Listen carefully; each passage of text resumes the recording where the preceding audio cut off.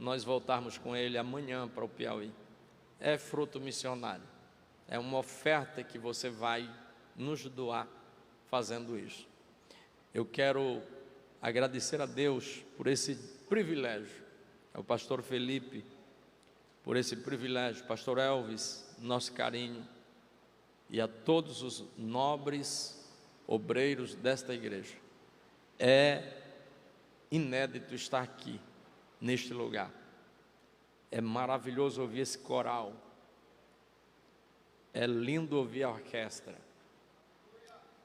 Eu sou o pastor Milton, casado com Elizabeth Oliveira, vocês viram. Nós tínhamos acabado de sair de um acidente que aconteceu no ano em que nós assumimos o desafio de começar um trabalho ali, empossado dia 12 de fevereiro de 2018. No final de dezembro do mesmo ano, nós sofremos um acidente. Capotamos o nosso carro, que era uma Hilux, com 5 pessoas, de diversas capotadas, e nós escapamos. Minha esposa teve 4 cirurgias, perdeu 70% dos movimentos da perna esquerda, e o ocasionou até a se aposentar, por não poder mais ministrar em sala de aula. E eu fiquei orando a Deus, pedindo graça, porque foi um desafio muito grande. E Deus me curou de uma forma extraordinária. Não vou contar os detalhes, mas foi inédito a forma que Deus fez comigo. Não fiquei com trauma, não fiquei doente, não fiquei sentindo nada, não quebrei osso, não quebrou nada. Isso apenas o sinal. Minha esposa ficou, as pessoas dizendo, mas tu não é missionária? Por que aconteceu? Porque o diabo falou para mim. Ele foi me visitar e disse assim, tu perdeu tudo, cadê teu Deus? Onde é que ele estava, que ele não te socorreu? Tu perdeu o ministério, tu perdeu a igreja, tu perdeu família, tu perdeu a esposa. Ele disse até a esposa. Perdeu o carro, perdeu tudo. Meu carro não estava no seguro. Mas minha esposa disse assim, meu filho, quando o diabo ousar esse tipo de atrevimento, diga assim, eu levo no meu corpo as marcas de Cristo. Não existe evangelho se não tiver marcas. Não existe obra missionária se não tiver marcas. Você pensa que fazer obra missionária é só fazer? Não, filho. Vai preparado, porque tem marcas na caminhada. Tem marcas no caminho. Agora tem uma coisa, tu é mais do que vencedor em Cristo Jesus, o nosso Senhor. Então eu estou numa cidade que tem 50 mil habitantes, 12 cidades no entorno e 18 no território. Se juntar toda a população, dá mais de 500 mil de pessoas, juntando as 18 cidades. São Raimundo Nonato, uma cidade culturalmente elevada, com a fama do Museu do Homem Americano, que é conhecido mundialmente. O nível de turistas é muito alto também. Então, é uma cidade muito influente. E hoje temos aeroporto internacional dentro da cidade. Não está com voos internacionais, está com voos nacionais já liberados. E uma cidade muito atrativa. Tem o Museu do Homem Americano, o Museu da Natureza, e tem 1.600 dunas, 1.600, com mais de 5.000 tipos de pinturas rupestres para pesquisa. Então, é uma cidade muito influente.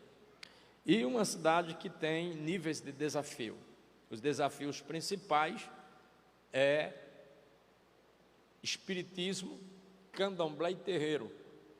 É o nível que temos, muito forte, de nível elevado. E agora com as novas junções que está acontecendo, que hoje está tudo junto. Primeiro nós já sabíamos, né, que estava, mas eles não se declaravam.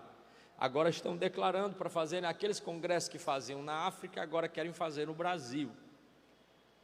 Então, nós estamos com desafios muito grandes. Eu falei no outro culto anterior, provavelmente não falarei mais nesse, de alguns desafios, mas só para os irmãos terem alusão. O nível de esfriamentos é nacional. Nós estamos vendo isso nacional. Muita gente vivendo o nível de suicídio, de opressão, de depressão é altíssimo. E o secretismo religioso é os desafios do Nordeste, é o desafio do sertão, é isso aí, escassez e muita frieza nos corações.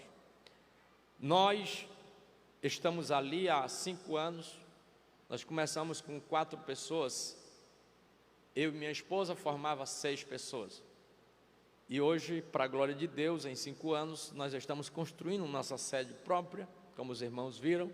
É desafiador, pastor Felipe. Tem dia que acaba a areia, aí vamos orar, aí Deus manda. Aí acabou o bloco, nós ora, Deus manda. Acabou o ferro, nós ora, Deus manda. E é assim que está acontecendo. É desafiador, não é fácil.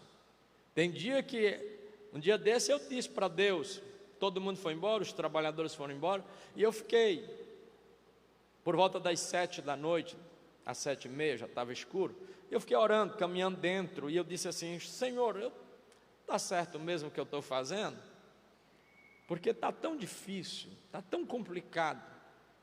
Por que para Deus tudo é mais difícil? Por quê?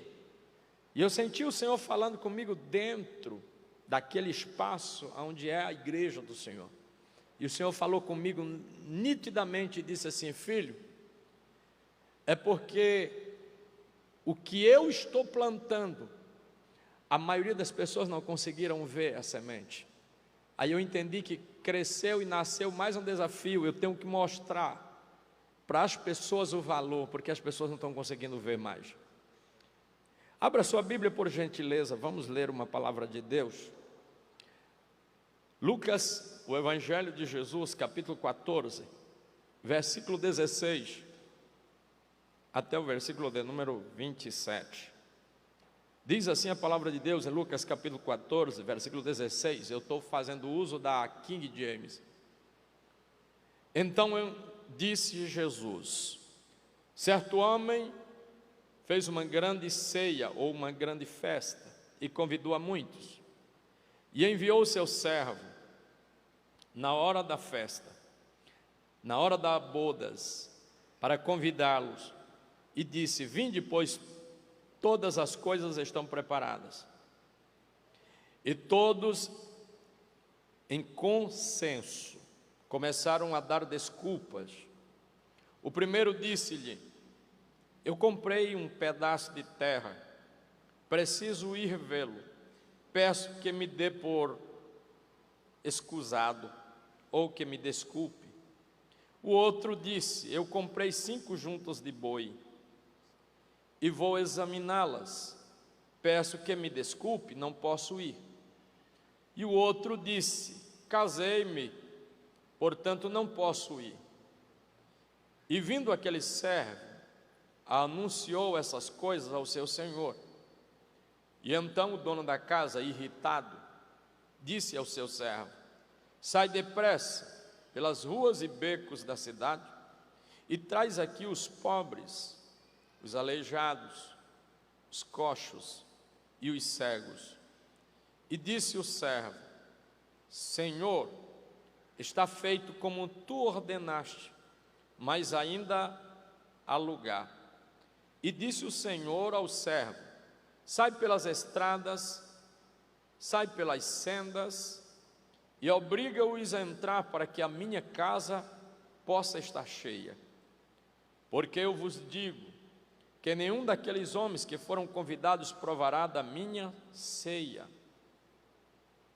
Se algum homem vier a mim e não aborrecer seu pai, mãe e esposa, e filhos, e irmãos, e irmãs, sim, e também a sua própria vida, ele não pode ser meu discípulo.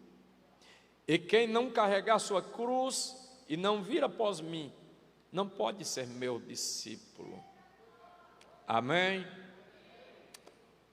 Olhe para quem está do seu lado, por gentileza, diga assim, a partir de agora, diga, a partir de agora, entenda que o chamado e o investimento para a sua vida continua o mesmo.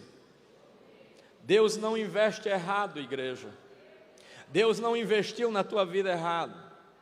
Deus não investiu na tua vida errado, ou que possa dar certo ou não.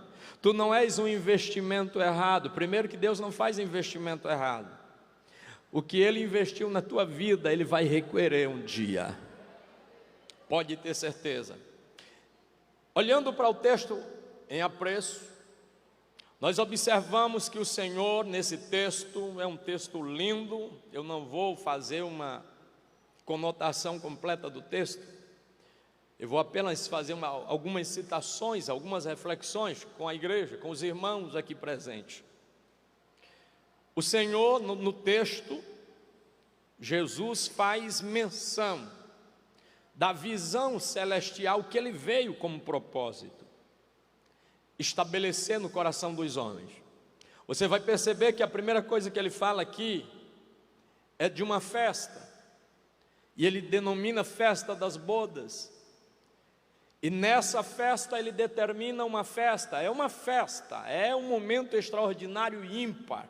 Porém, você vai perceber que tem missões aqui, até na festa tem missões, até na festa está falando da visão e do propósito. Você vai ver aqui o Senhor falando sobre servo e falando sobre missões. Os três personagens do texto da parábola, Jesus fala que o reino dos céus é semelhante, é parecido, pode ser comparado com, 2 pontos. Primeiro, Ele está falando aqui de uma festa, de uma grande festa, onde tudo está pronto. Naquele tempo em que a parábola foi escrita, já estava pronto, já estava tudo preparado. A festa marcada e os convidados determinados também o convite. Olha que coisa linda. E aqui você vai perceber que Jesus faz menção de introduzir sobre este chamado, sobre esta visão. E Ele diz aqui, e enviou o seu servo. Quem é o servo dele? É o servo que é chamado de Paracletos do grego. É o servo que está escrito em Atos 2, que ele veio e está com a igreja desde Atos 2, do cenáculo de Atos 2.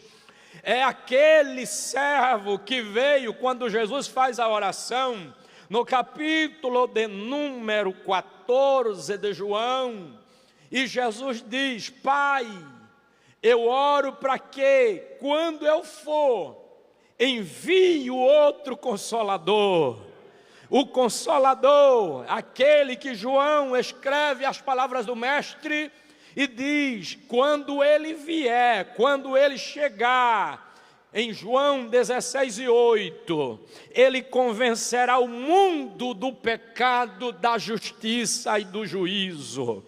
É aquele servo que disse para Paulo no Atos dos Apóstolos, capítulo 15, ele disse: Paulo, não passe mais adiante, mas volta e aguarda a instrução.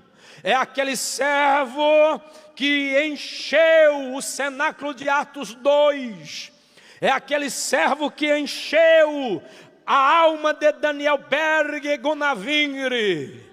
É aquele servo que deu a visão para o pastor Firmino nos anos 70.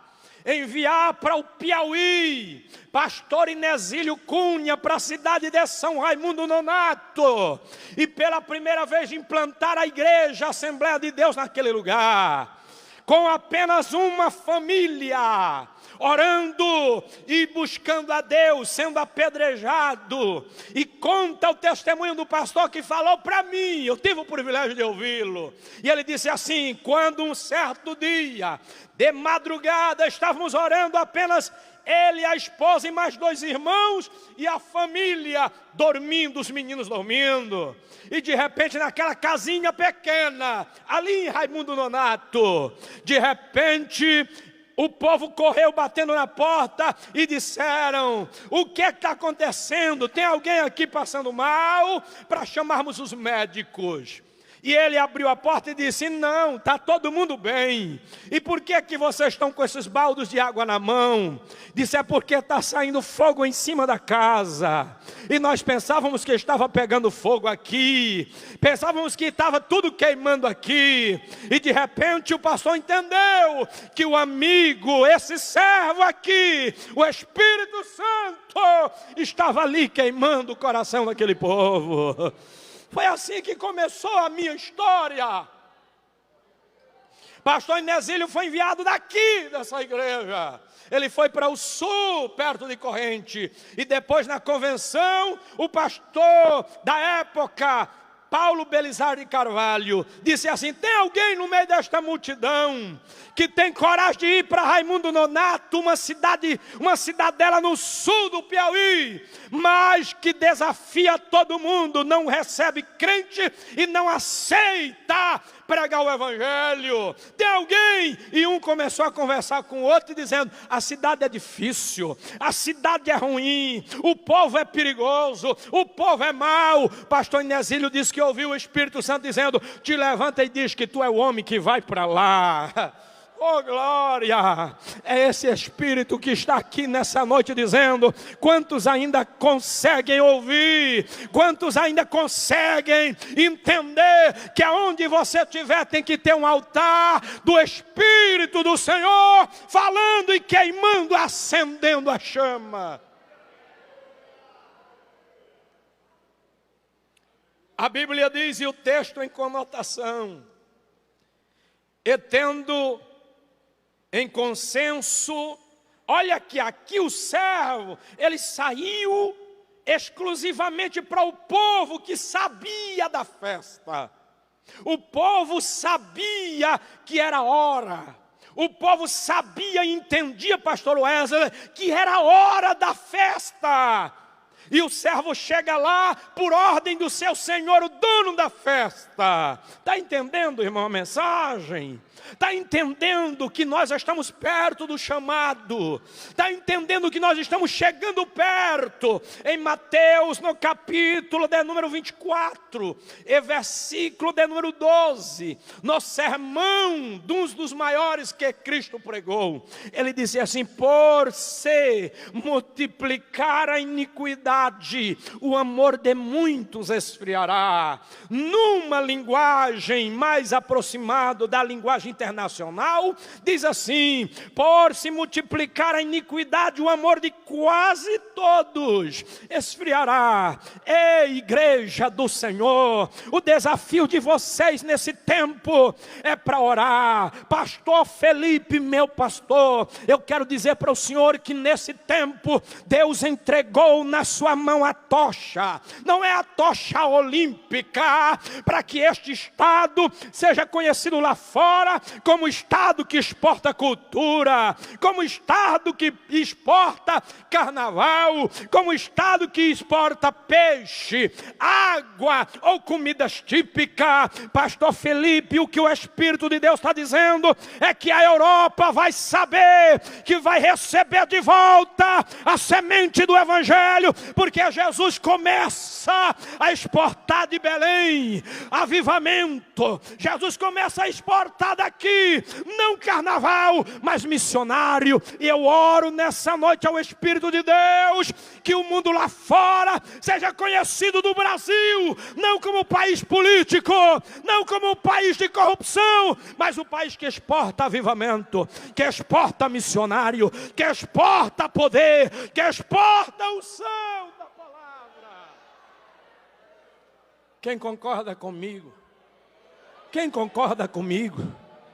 Quem concorda comigo? Oh, Raman, Daramandagai. Oh, Recalamandai. E nesse momento o Espírito de Deus possa te incomodar no teu campo de conforto e dizer assim: ei, olha para o texto.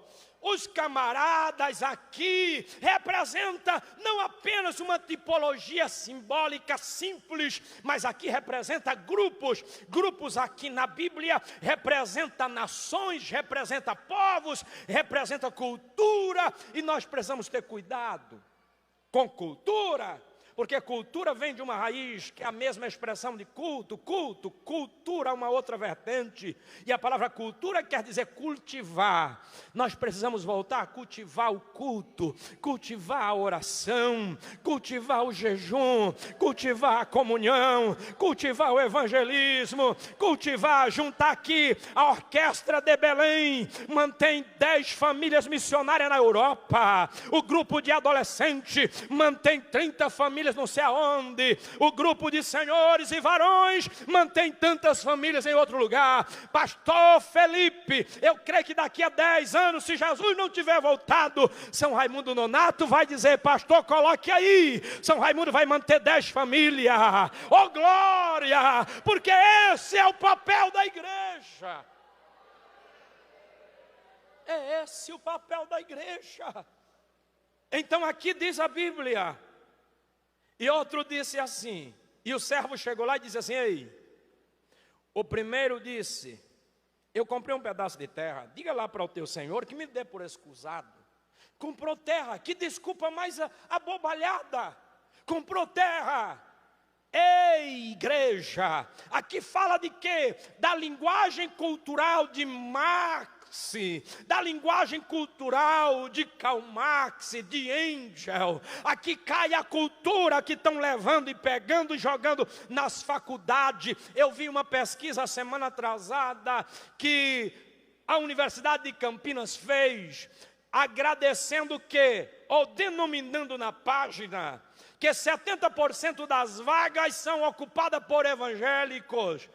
E o crescimento é lindo, é maravilhoso, mas embaixo diz assim, 70%, 30% quando entra na faculdade deixa de ser cristão e professar sua fé. Isso é o que? O poder da posse cultural. Mas Jesus nessa noite está dizendo, aonde você pisar eu vou te dar como posse, aonde você pôr a mão vai prosperar. Oh glória, nós estamos em um desafio. Semana atrasada nós tivemos num território onde estamos sendo desafiados, e aí o pastor disse assim: pastor Milton, quantas pessoas o senhor vai batizar? Eu disse: quantas tem aí? Eu disse: tem. Aí ele disse: tem 6 pessoas. Aí ele disse: pois vamos batizar. Na hora que nós chegamos lá, disseram assim: esses crentes não vão crescer neste lugar. Nós já estamos com 15 pessoas nesta comunidade, batizamos 6 pessoas, e o diabo dizendo: não vai passar aqui, e fura carro, e quebra carro, e fica com problema com pessoas, e nós estamos rompendo em fé, irmãos. Nós estamos rompendo em fé, porque nesses últimos dias nós precisamos estar resguardados pela couraça. E Jesus, usando um dos seus apóstolos, ele diz assim: sujeitai-vos a Deus, resistiu o diabo e ele fugirá de vós. É o tempo da igreja resistir, é o tempo da igreja resistir. Resista, coral, resista, mocidade, resista, irmão, resista, povo de Deus. É tempo de resistência da igreja. Pastor, como é que eu resisto? Volta a oração de madrugada, volta a comprometer com o culto matutino na tua casa, volta, vai todo mundo trabalhar, mas vai debaixo da palavra, vai debaixo da oração, do compromisso, não perde a palavra, se conecta com a EBD, se conecta com a vigília, se conecta com o grupo de oração, participa. Enquanto você não está modulando o teu filho, a tua filha, as escolas integradas estão modulando e doutrinando, mas a igreja do Senhor está trabalhando aqui. Eu vejo altares em todas as casas, e aonde tem altar é porque tem alguém com fome, onde tem altar tem presença, onde tem altar tem unção, onde tem altar tem glória, onde tem glória tem poder, onde tem poder tem a unção, onde tem unção o Senhor opera. É assim. Eu estava orando num propósito no monte, e Deus me deu uma visão, e na visão que o Senhor me deu foi assustador. O Senhor me mostrou vários púlpitos, pastor Wesley, Deus diante dele, em cuja presença eu estou, da sua santa e benfazeja a presença. Eu vi um espírito trazendo confusão nos altares, colocando um contra o outro, apagando a fé do outro, um querendo apagar o candeeiro do outro, um querendo apagar a vela do outro, um querendo apagar a chama do outro, espíritos de competição. E eu perguntava para Deus, na visão: Senhor, por que o Senhor está me mostrando isso? E o Senhor disse: porque você está no meio deles. Cuidado, vigia para você não ser contaminado, vigia para você não ser atingido. E eu disse: mas por que o Senhor deixa? O Senhor disse: porque através da apostasia vai nascer uma igreja forte. Através da apostasia vão levantar um povo de oração, um povo de autoridade, um povo de poder. Não pode ter noite se não tiver dia. Não pode ter trevas se não tiver luz. Não pode aparecer o erro se não tiver o certo. Não pode aparecer o frio se não tiver o quente. Não pode aparecer o profano se não tiver o santo. E o Espírito de Deus está dizendo: ei, cuidado, vigia. E aí o Senhor diz na parábola, e foi para o segundo grupo. O segundo grupo disse: eu comprei bois. Eu comprei bois. Bens estão tirando a visão que Deus implantou no coração do seu povo. Bens estão desnorteando a visão para o qual nós existimos. Quantas almas você já orou, você mesmo, esse ano? Ah, pastor, eu estou ganhando alma. Tá, você sabe o que é ganhar alma? Ganhar alma não é só ganhar, você tem que se preocupar em ganhar a alma, consolidar a alma, discipular a alma, batizar a alma e envolver ela no projeto Ide e façai discípulos. Esse é o desafio da igreja. Orar por orar, tem muita gente orando, mas aí nós estamos vendo os dados. O Nordeste, que são 6 estados, o pior é o Piauí, que não tem crescimento de 3%, irmãos. E nós já recebemos muitos missionários daqui. Eu sou de uma geração nova. Eu me converti em 96. Eu vou fazer agora 28 anos que sirvo a Jesus. Eu estudava seminário para ser padre. Minha família é muito católica. E aí fui expulso de casa porque aceitei Jesus. Mas em 28 anos, eu, para a glória do nome de Jesus, nunca me desviei, nunca me afastei do Evangelho. Ah, meu pai dizia assim: tu vai continuar com esse negócio de crente? Eu disse sim. O meu avô dizia: você pegou a pior peste que tem na terra. Eu disse: eu tenho certeza que um dia ela vai pegar também no senhor, vai passar para o senhor e para a senhora também. 10 anos depois, toda a minha família estava servindo a Jesus. É dessa forma. Se Deus te chamou, eu vou mudar de ministério, lugar para lugar. Mas Jesus está levantando um povo e está dizendo: este povo é curado, porque só cura outro se tiver curado também. E Jesus está levantando. E eu lembro muito bem que na visão, na segunda parte da visão, o Senhor me mostrou uma multidão de gente, vestido de paletó bonitinho, gente bonita, gente cheio de roupa fina, de marca finíssima. E eu disse: Senhor, por que me mostras tal coisa? Gente com Bíblia, gente com instrumentos na mão, gente indo para lá e para cá, aquela multidão de gente. Eu disse: é a tua igreja, Senhor, que coisa linda. O Senhor disse: não se alegre, porque eu não estou com a metade desses daí. E eu não vou vir buscá-los todos. Eu vou separá-los do meio. Porque estão nessa situação aí, mas não tem nada de mim. O Senhor falou para mim isso. E eu fiquei estarrecido na alma, porque não adianta você pregar bem e pensar que te garante salvação. Não adianta você estar de trás de um púlpito e sendo modelador de milhares de pessoas e a tua morada ser nas trevas. Não adianta.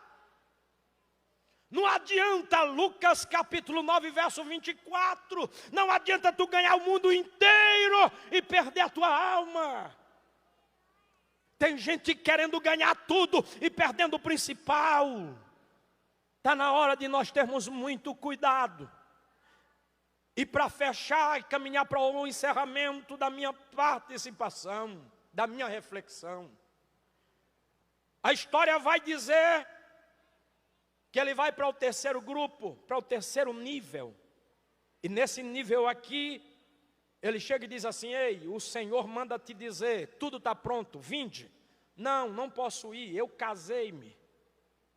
Eu casei. E sabe como que é? Eu tenho que conhecer a família, tenho que adaptar, tenho que conhecer a família da mulher, a mulher tem que conhecer a minha família, e tal. Não dá para ir.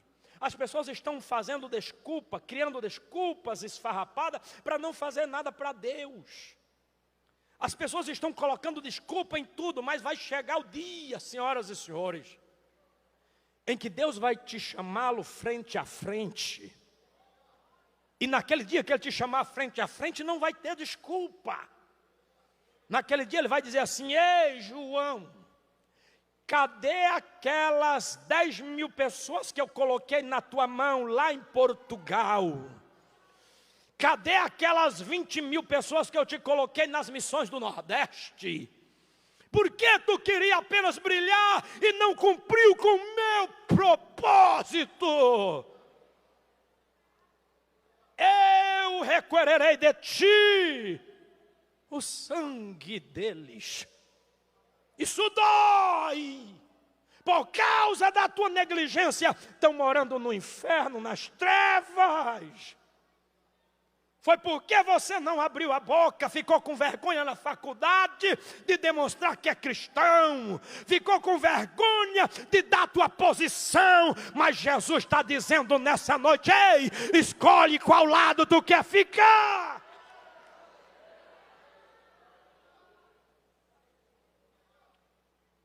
E o Senhor diz que o servo chegou e diz assim: Senhor, olha que coisa, não fizeram conta do teu convite. Aí o Senhor diz aqui, está no texto: o Senhor ficou furioso. Como que pode? Furioso, porque o Senhor queria que a casa estivesse cheia. Alguém diz assim: Deus é Deus apenas de qualidade. Esse texto, Jesus fala que Ele é Deus de qualidade e Ele é Deus de quantidade também. O nosso Deus não é Deus apenas de qualidade, de quantidade também. Se der tempo eu te mostro. O servo disse assim: Senhor, não fizeram conta. O Senhor ficou furioso e disse assim: agora vou te dar um outro endereço. Sai pelas ruas e vai lá. Pregar no ar-condicionado é bom. É maravilhoso.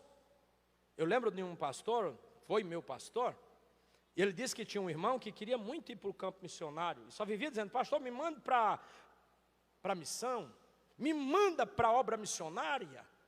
E o pastor disse: tá bom, meu irmão, vamos orar. E toda a convenção ele dizia: o senhor vai me separar? O senhor vai me mandar?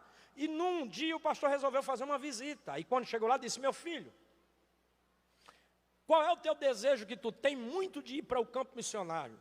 Ele sabe, pastor, eu quero muito ir para o campo missionário e estou pronto. Porque eu entendi que no campo missionário a gente come muita galinha caipira. E eu amo galinha caipira. Eu gosto muito. E o pastor disse: então te ajoelhe aí, que eu vou orar por você. Agora. E ele se ajoelhou e o pastor disse: Senhor Jesus, transforma este homem numa raposa. Que é quem gosta muito de galinha. A obra de Deus, irmãos, é diferente. A obra de Deus é linda. Aqui Microfone sem fio da melhor marca. Mas neste ministério aqui, que o Senhor diz, vai para as ruas e valados, aqui não tem microfone. Você prega, canta, ora, expulsa demônio, e depois ora de novo, e depois vai embora, e é você, e não tem nada. Não gera fama, ninguém vai te ver na internet, ninguém vai te ver lá nos holofotes, não. Mas o céu está registrando, o céu está registrando, o céu está te vendo, o céu está te olhando, o céu está te vendo.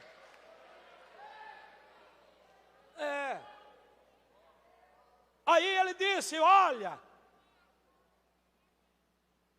vai e chama os seguintes públicos. Quem? Tu chama lá os pobres, primeira classe, pobre. E eu digo uma coisa para vocês, nunca vamos conseguir acabar com a pobreza. Jesus disse assim, sempre vocês vão ter pobres. Sempre. E qual é o pobre? O pobre é aquele que não produz nada. Pobre de não produz, não produz, não produz. E aí ele diz, vai e chama a segunda classe, que eu não tenho mais tempo. Chama os aleijados, os coxos, os cegos. Vocês acham que é bom fazer missão com esse tipo de gente? Do ano passado, 2021 para 2022, eu mandei para o centro de recolhimento, de recuperação, 18 pessoas que queriam se matar, que a família abandonou, que estavam no fundo do poço.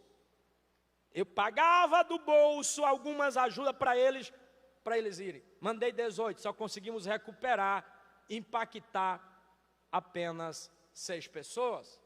O restante voltou para o mundo. Ninguém quer pregar para esse tipo de gente, até a família abandona, pastor Felipe. Ninguém quer, mas ele tem alma igual àquele que está sentado na vitrine. Ele tem alma igual a mim, igual a você, igual a nós. Ele tem. E ninguém quer olhar para ele, ninguém quer sentar nem perto de um fidente, um pedinte, um mendigo, ninguém quer nem estar perto. Mas Jesus diz assim, eu os amo também, eu os amo também. E fechando aqui, e disse o servo, Senhor, feito está como tu mandaste, mas ainda há lugar. Olha aqui, Deus tem também compromisso. Ele quer que cada lugar seja preenchido, ele não quer lugar vazio. E aí ele disse, agora tu vai. E esse endereço aqui é muito sério. Ele disse assim, agora tu vai para um outro endereço. Sai pelas estradas e valados. Aonde ninguém sabe que você está, vai lá. Vai lá do outro lado da montanha que ninguém te vê. Vai lá do outro lado do mar que ninguém te vê. E quem sabe tu vai, mas tu nunca mais vai voltar. Por gentileza, fica de pé comigo. Vai lá naquele lugar onde ninguém me conhece, mas vai lá. Se tu for, vão me conhecer. Se tu entrar naquele lugar, eu mudo. Se tu falar, eu opero. Se tu for, eu estarei contigo. É isso que o Senhor quer. Ele quer que você largue tudo e vá. Vai, porque o Senhor vai contigo. Entra lá que o Senhor entrará contigo. É isso que o Senhor quer de nós. Por um minuto, levante a sua mão e diga assim, Espírito Santo, me usa. Me usa para alguma área, para alguma coisa, diga para Ele.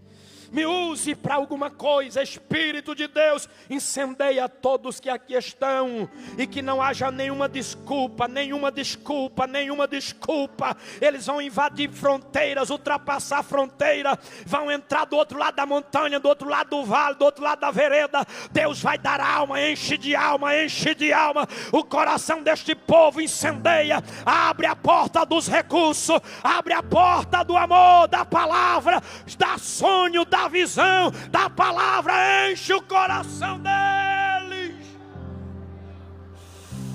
Oh Espírito de Deus, nós clamamos por um avivamento agora, neste tempo do fim. Quem acredita, bata assim a mão no peito e diga assim: o que o mundo precisa, Jesus já colocou aqui dentro de mim. Diga: o que eles precisam está comigo, está aqui comigo. O que precisa para acontecer o milagre está com você. Deus te abençoe, Deus te guarde, Deus te use, Deus seja contigo. E o milagre vai ser extraordinário, porque a ceifa vai ser grande. Deus abençoe, meu pastor. Aleluia. Sempre vou lembrar